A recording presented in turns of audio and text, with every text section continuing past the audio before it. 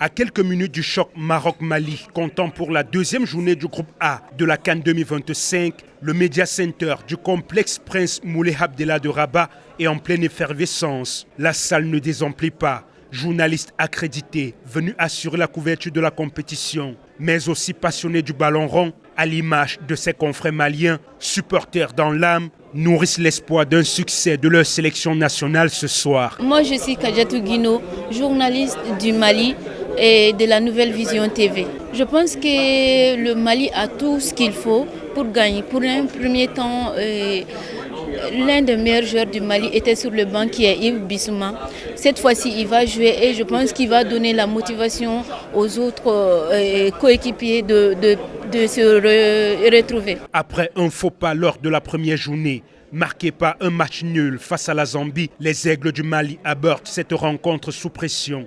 La marge d'erreur est désormais inexistante s'ils veulent envisager une qualification pour le second tour sans calcul ni complication. Je ne le souhaite pas s'il perd ce match.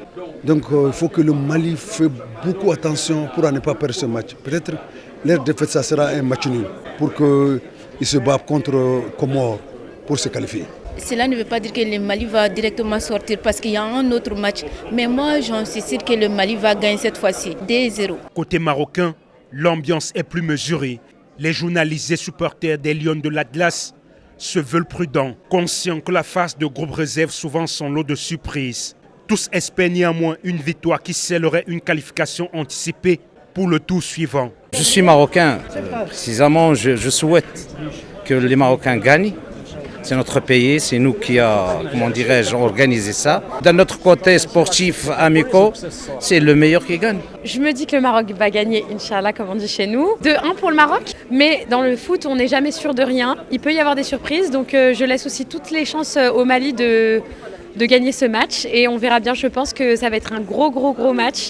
Et donc on verra sur place. Le football nous réserve toujours plein de surprises. Dans ce contexte, la confrontation s'annonce intense et disputée, avec un enjeu clair, prendre une position sérieuse sur la tête du groupe et aborder la suite de la compétition dans les meilleures dispositions. Le rendez-vous promet du rythme, de l'engagement et surtout un spectacle à la hauteur des ambitions des deux nations.